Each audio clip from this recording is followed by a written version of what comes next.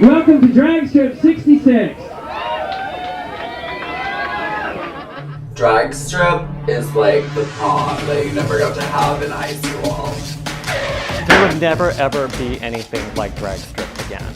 This is one of the funnest, greatest clubs, and this is legendary. Full of love. This is what's so beautiful about this place. It's all love. This is living art. I had some of the best times I've ever had in LA at Drag Strip. I love Drag Strip. It's hard not to be enthusiastic about it. I'm sorry it's gone.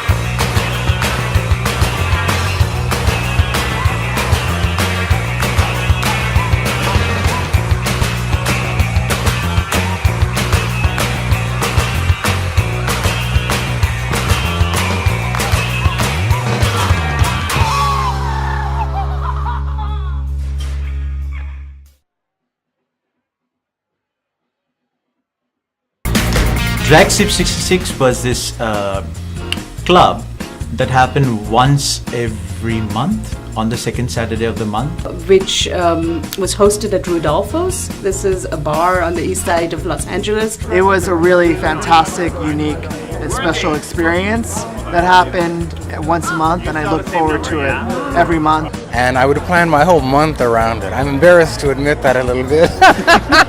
It was a place where, you know, you fit in like instantly, where you walked in and the vibe was funny and friendly. It was a nice environment to experiment. Wow, where the hell have I been? People were ecstatic to be there, and it was chaos every night. There was no such thing as a typical night. Everyone felt welcome. I don't know how to do it. It's so big. It's like, how do you describe a hurricane? Yeah. It was magic. Yeah, it really was. It was a very special time. I mean, the line outside was its own club. And that was the first time that I'd ever done drag, and I haven't stopped since.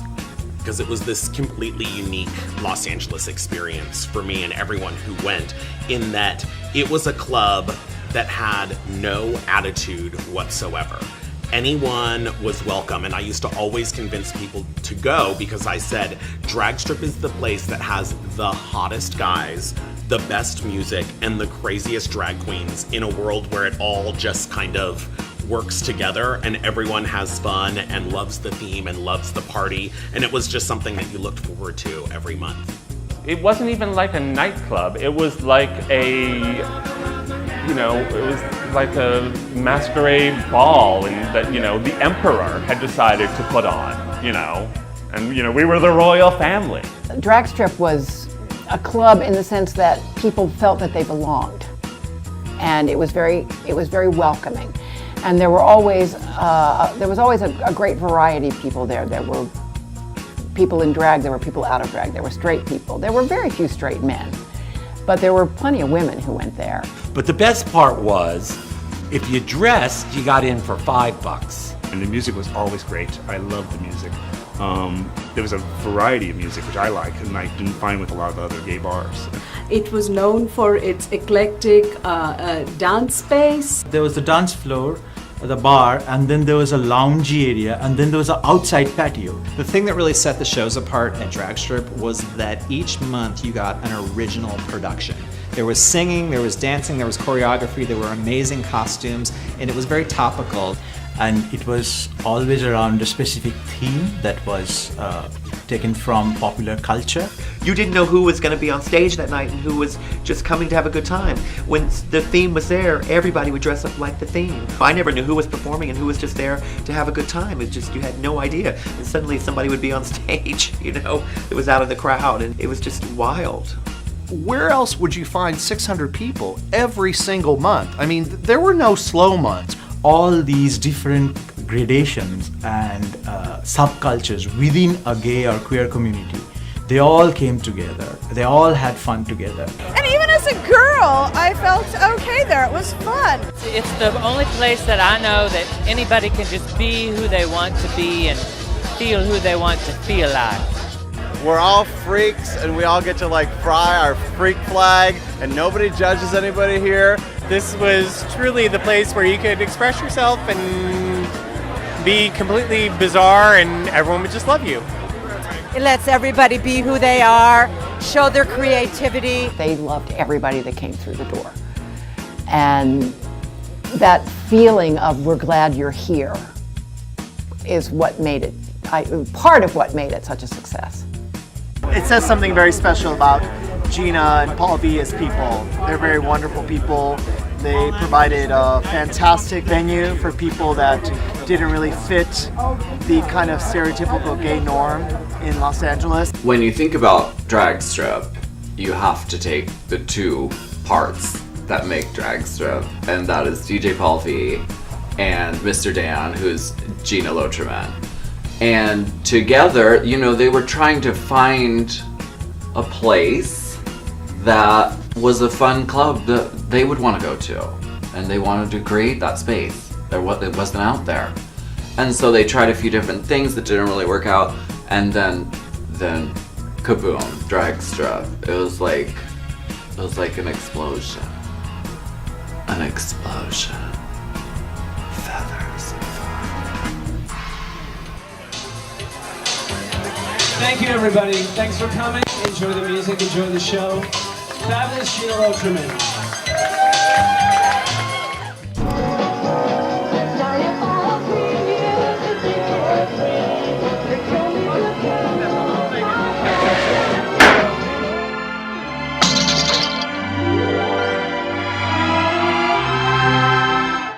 Should I not be smoking? I don't fucking care. So we're headed back to my house from the Echoplex after we set up Drag Strip 66 so that I can shower and brush my teeth and shave off my goatee and get my drag and grab it and head back to the Echoplex and get dressed up. And it'll be the last time for me to DJ and drag a drag strip. It's bittersweet, it's, you know, it's a little sad, it's a little melancholy, but I don't want to go into it feeling that way. I want to go into it, you know, this is the last time to celebrate with music, with that dance floor, because the drag strip crowd, you know, they love everything I play. You know, I can go from A to Z and they're ready to go all over the place with me, and that's one great thing about the crowd there. I don't even want to like open my email or look at my Facebook now, you know, 2 hours before Drag Strip opens, because I know last minute people are gonna want guest lists or like, I don't want to wait in line or da da da da. So, but I have to check in a minute. Hi, it's a documentary. Oh, really? Well, you know, the 80s were a really scary time. I remember GRID. I remember being 14 or 15 years old and hearing about GRIDS, you know, gay-related immunity deficiency syndrome, and I thought they were gonna pack us all on trains and ship us off to a camp. I mean, it was really scary as an adolescent. And there was talk on the right, you know, there was talk, like crazy talk in the 80s. And there was this horrible feeling because the Reagan administration had just swept us under the rug, and you know, it was just like, it was really bad, you know, and if we didn't take care of ourselves, nobody else was gonna do it for us. It was a really vital period of LA club life that kind of died down towards the end of the 80s once the AIDS epidemic hit, and half these people are dead today. But then it did die down. Things did die down, and then there were not that many clubs that we would go to. And Drag Strip became like this, all of a sudden Drag Strip showed up. Oh yeah. And it was fun again. So, you know, in the late 80s, early 90s, you know, HIV/AIDS was decimating the gay community, and you know, any self-respecting gay was politically minded, if not politically active in some way, because we were trying to get attention for research, funding for research and a possible cure or at least a vaccine or something. Nobody, There was nobody nothing. there was nothing. Nobody took the lead in the government. And, to that end, we were really supportive of Bill Clinton because he dared talk about HIV/AIDS in his stump speeches. There was a lot of, sort of political upheaval-ishness. There were people marching in the streets of Los Angeles, protesting our governor. There were people protesting at the Capitol, on behalf of gay rights, and it was an exciting time, and people were traveling around the country to sort of be a part of what felt like a revolution. Out of that political climate, trying to find not just the zest for living and the joy of being alive, but we had all our brothers and some sisters just dying in hospice and in hospital and in the streets and in their apartments and wherever, and nobody seemed to care but us and the lesbians. Right. God bless the lesbians. I think that Dragstrip was very influenced by, or maybe sort of had its finger on the pulse of everything that was going on with ACT UP and Queer Nation at the time, and I think it was maybe the celebratory moment of all of those efforts that so many of those people that came to that club were involved in. Then the cocktail came about, and there was a lightening of the load. I mean, just everything, the gay community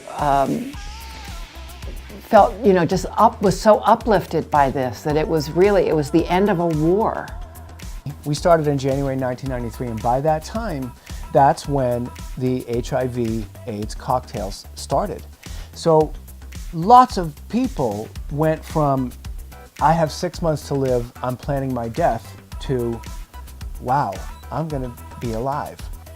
And I think it just was a perfect storm of crawling out of that despair and knowing that life is over to life needs to be lived. And I think we just provided this place for people that wanted to live and wanted to celebrate and wanted to share it with each other. When the HIV cocktail came about, it was a great cause for celebration because people who otherwise would have died didn't. Dragstrip was kind of an antidote or an elixir that kind of enabled us to embrace life again after a very dark period. Because at that point, when a whole community had been so ravaged by this epidemic, there was so much despair, there was so much wasting, right? And death, decay, loss. How to get over that sense of loss? In a way, how to still have desire in the middle of an epidemic. I think because of the threat of HIV,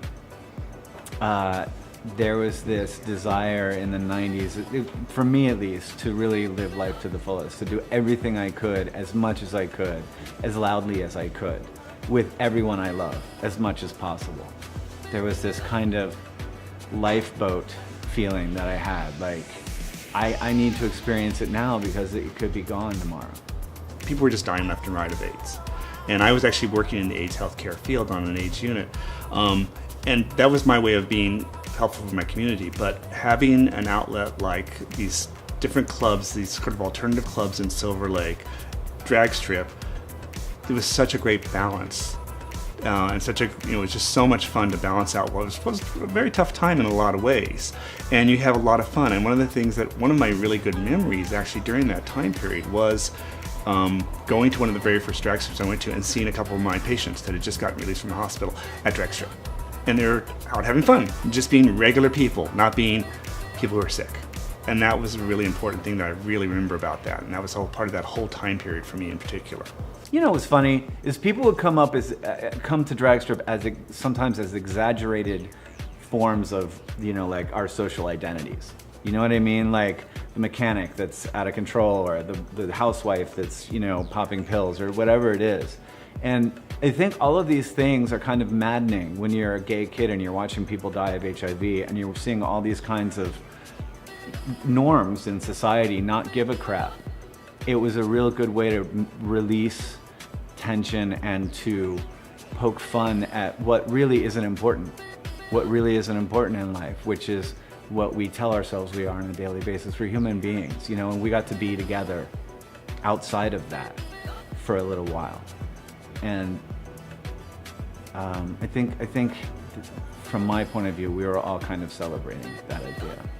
The other thing about Drag Strip that I loved, it was multi-generational. You'd see the little 21-year-olds, and then you'd see some 70-year-old guys, you know. People our age now. Yes, yes. I mean, and it was a feeling of, it definitely was a feeling of celebration that we had survived these years. Yeah, half of us. Yes. Maybe.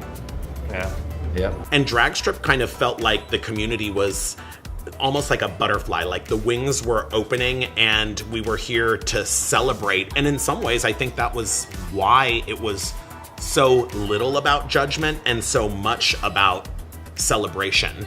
And I think it's really where the political roots of the types of stories and themes that really came from that were very self-reflective of gay culture and just broader American culture at the time and where we were fitting in. It was sort of like the LGBT community was moving past HIV to really look at the groundwork or the foundation of politics that have led us to where we are today with marriage equality and repeal of Don't Ask, Don't Tell and all of those pieces.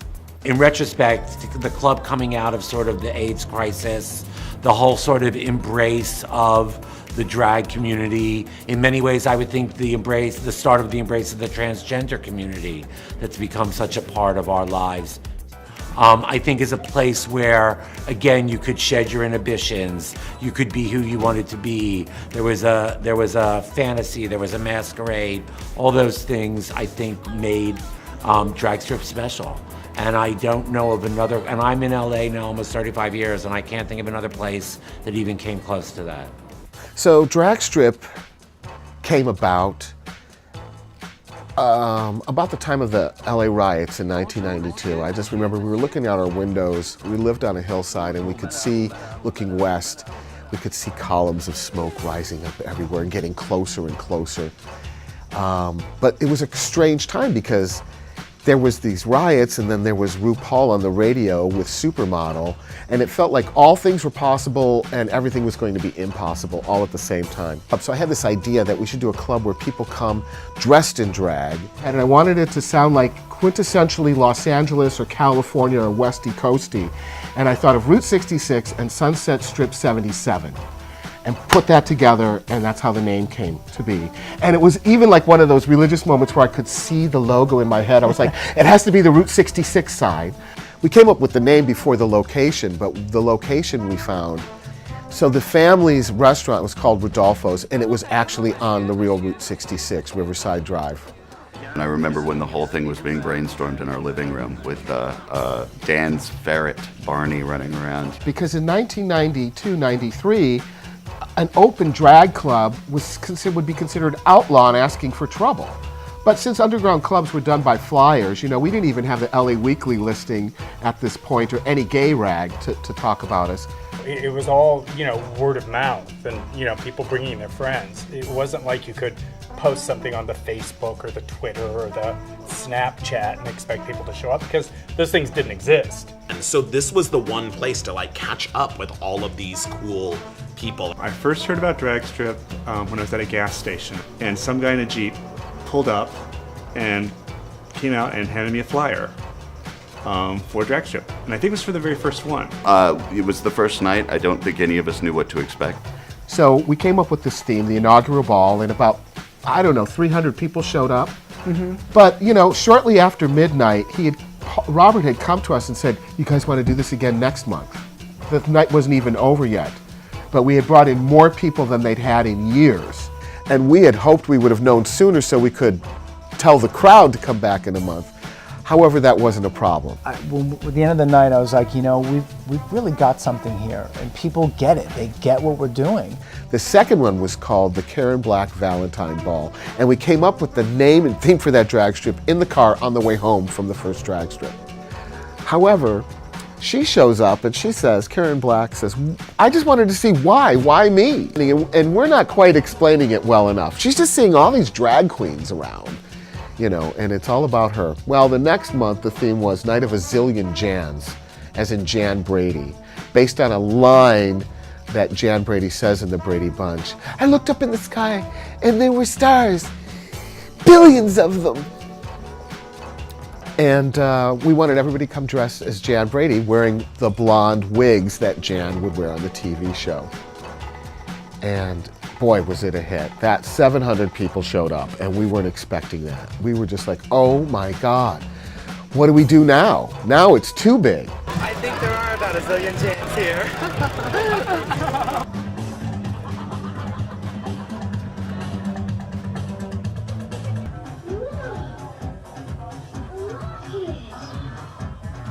So tell me, what's your favorite Brady Bunch episode? Probably the one where they... I like the singing and dancing too. But I also like when we scare Alice.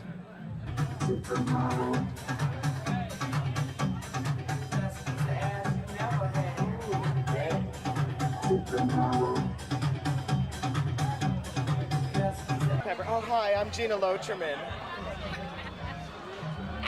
And tell me... Are you looking for a yeast infection down there? Is that it?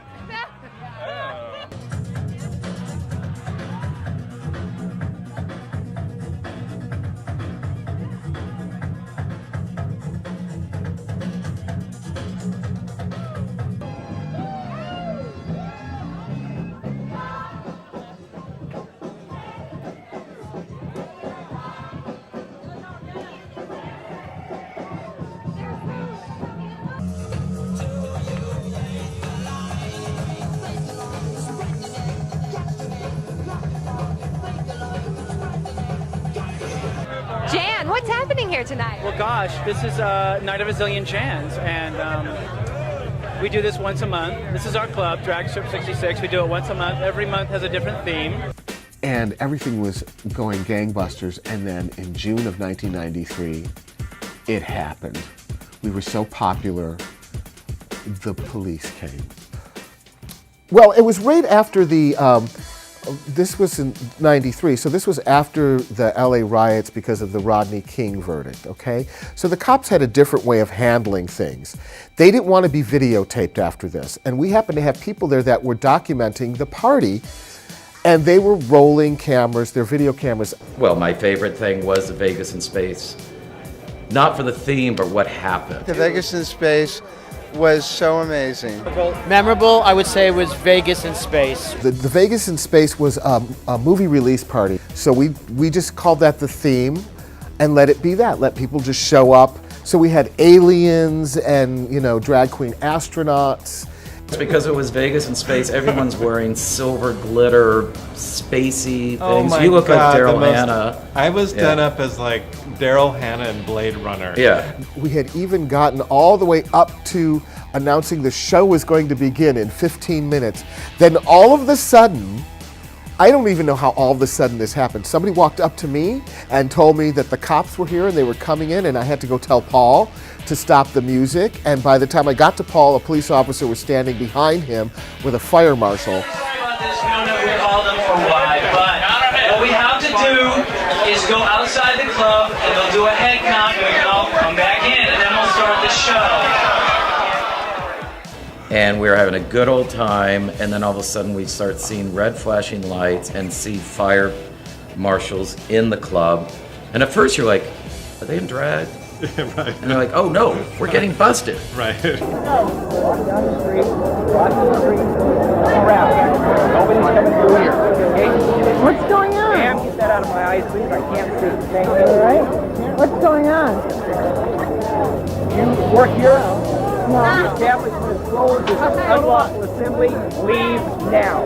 Anybody remain will be placed under arrest. They told us that we had to leave. And I didn't think we had to leave. In fact, I knew we didn't have to go anywhere, that the parking lot was private property, the club was private property, and they had no right to tell us to leave that parking lot. But they kicked us out, and I'll never forget, because I'm behind him, and that was one I didn't go in drag. And they're kicking us out, and there's a woman cop outside the front door going, go home. And Pete goes, you go home, I'm older than you. And we all just hung out in the parking lot. All we want to do is have a good time. We're closing up. You can stay in the parking lot all night. I don't like to ride me pink? You will. You'll make $1 million. I know. I'm going to take the camera if you don't move away. Okay. Make sure you keep your camera going. Don't be intimidated by him. You're on the sidewalk now, so go, girl.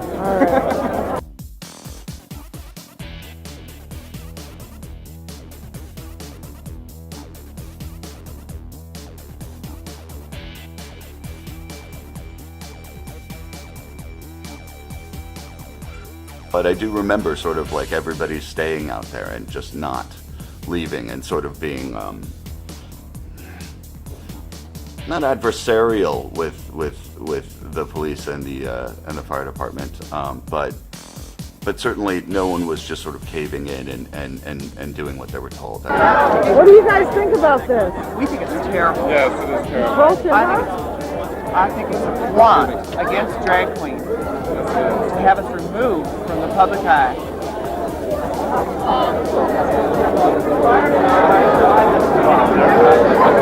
And this is the future. This is the future of LA. Thank you, Dick Reardon. I'm gonna leave because I can't. So I jumped up on my postal Jeep that I had just bought. I don't remember what I said, but I told everybody that this was like an illegal occupation of our private party and do not leave the parking lot. And as I was saying this, a helicopter flew over and shot their spotlight down on the parking lot, on the crowd of drag queens in the parking lot. The helicopter's coming over and just the queens in the parking lot, just like, you know, like, take a picture of us, look at us, we're all here, we're not going anywhere, because no one was moving to get out or scamper to get out of the place. People were just standing there saying, like, we're not going anywhere, this is a party, this is what we came here to do, and this is what we're going to do. Everybody, I don't know how many, 500, 600, 700 people out in the parking lot at Rodolfo's with helicopters flying around shining down on us, and it was just such an amazing, crazy moment. Of course, I mean, if you have a searchlight, like a big amount of light trained on a whole bunch of drag queens, what happens is they get this incredible urge to perform to that source of light. And you put a light on a drag queen, honey, it's over. And the entire parking lot just erupt. There's like 500 queens with spotlight on them. And that's all silver, so it's reflecting back all over. Yeah.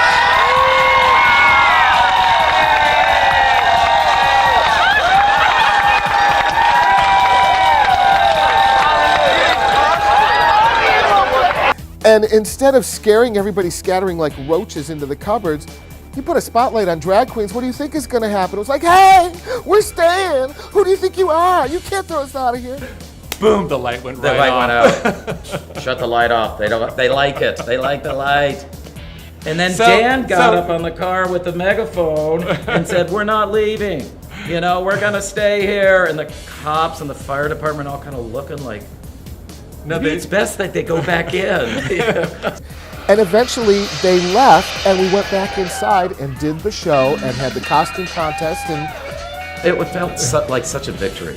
It really did. I love the fact that Dan got up there and said, we refuse to leave. And everyone was in the parking lot agreeing with him. And it's like the cops kind of gave in. They gave up. Yeah. It was too much Yeah. for them to handle. Yeah. Yeah. Amazing. Drag power. Yeah. And I think that night the club went from being people that did the club and people that went to the club to we're all here. You know, there's no separation between the people on stage and the people in the audience. It felt familial and it felt like communal. And it really did, it changed it. It made our crowd feel like they could trust us and they respected us for standing our ground. And for standing up for them. This is a political event to tell your nephews and nieces about.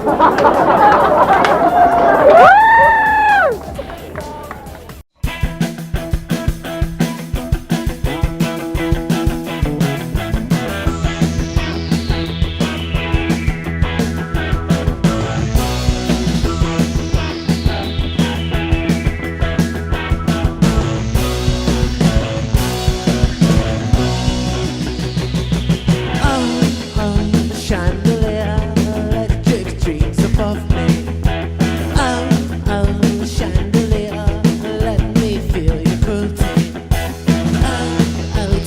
I'm wearing over my Hollywood boots and silly. Teen, a queen, a libertine, so cold but still I adore her. Send her parents who were at home. When we got back she turned to stone. Lights went on and cameras rolled through the night.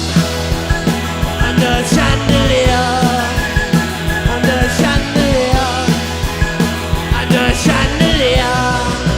Ha! See her walk with me on a leash over Broadbent Street.